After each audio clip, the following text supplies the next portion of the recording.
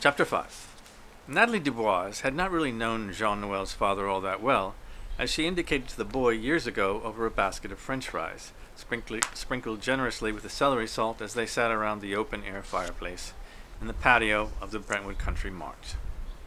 In fact, she had never met the man in her life, and wasn't about to in the future, given that he had, according to Zuzu, perished in the sneaker wave incident that Natalie was recounting for Jean Noel's benefit as simply and briefly as possible on that cool and typically overcast day in June.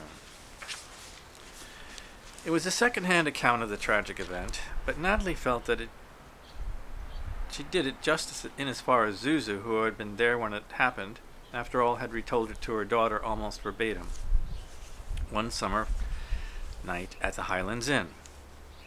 Later, for the boy's sake, Natalie, quite naturally, would leave out the part about Zuzu having been the poor soul narrowly saving them from drowning in the same gigantic Newfoundland dog described in the story.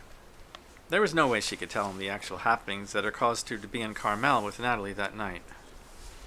In the inn's own Pacific Edge restaurant, the expansive wall of plate glass windows, along which the restaurant's tables were aligned, and which gave the dizzying illusion that no barrier at all separated the diners from the churning sea far below, which was fully eclipsed that evening for Natalie by the shocking sight of Zuzu's protruding abdomen, coupled by the lumbering presence of the gargantuan, all but drowsy, Newfoundland who lay inexplicably beneath the table. Lord Baron saved my life, Zuzu stated preemptively, as if sensing her daughter's apprehension and attempting to squelch any fear or criticism that might arise in regard to her, grantedly unusually large companion. The dog's tail thumped under the table at the mention of his name, and Natalie was careful not to step on it as she took her seat. Meanwhile, Zuzu added defiantly, and the babies, clearly daring anyone to take issue with that. Glancing down at her swollen womb, Zuzu then locked her gaze with Natalie's and offered, by way of explanation, the following summary of events. Henry of late has strayed from our marriage with his newest dental hygienist. Never has he betrayed me before, and I'm afraid I snapped. Coming to Carmel for the summer under the pretense of seeing you was really meant to be a trial separation. A divorce has been under serious discussion. As fate would have it, I met someone in Big Sur with whom I felt an instant affinity, and I subsequently found myself quite unexpectedly with child. Though I was well past the age of conception, and therefore exercised little caution, your father's affair has now run its course, and he has begged me to come home. There is nothing I would like better, because the man I met is presumed dead by drowning, and I'm pregnant with his child. But alas, I cannot very well return to Henry, comme ça, she said, patting her belly and shaking her head. Zuzu then quietly, and not without a hint of despair, I know not what to do, chérie. I know not what to do. Natalie listened attentively to her mother, strange narrative, as she emptied her glass of Vouvray and ordered another, along with additional hot water and lemon for Zuzu's ginger tea. Fortifications were, indeed, in order if they were to put their heads together and come up with an amenable situation to this most unwelcome turn of events. Natalie Dubois, as the only child of both a dentist and a dental hygienist, had been unfairly cursed in life, it seemed with a mouthful of horrendously mismatched teeth, as the orthodontics necessary to correct. Her condition was not recommended.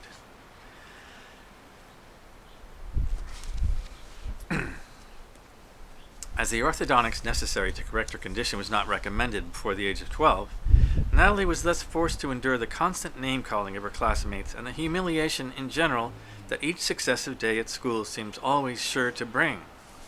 It was her father, Henri, who never failed to buoy her spirits at home and champion her cause in the world at large. In so doing, she was inspired to follow his footsteps and ultimately chose dentistry as her vocation. With her father by her side, Natalie soon learned that she could always feel safe and protected from all harm.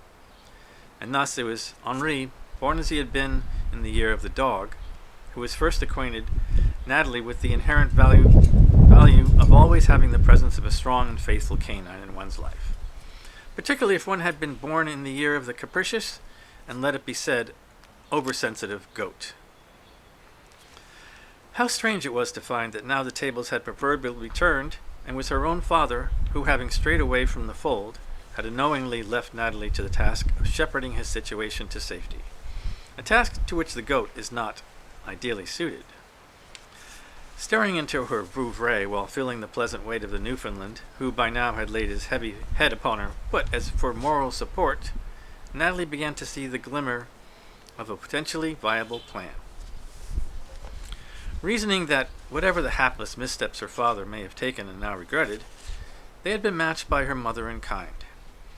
Given that Natalie bore neither of her parents ill, but only sought a situation that would spare Henri the shame and embarrassment his own actions had brought on, as well as save the integrity of the marriage for Zuzu.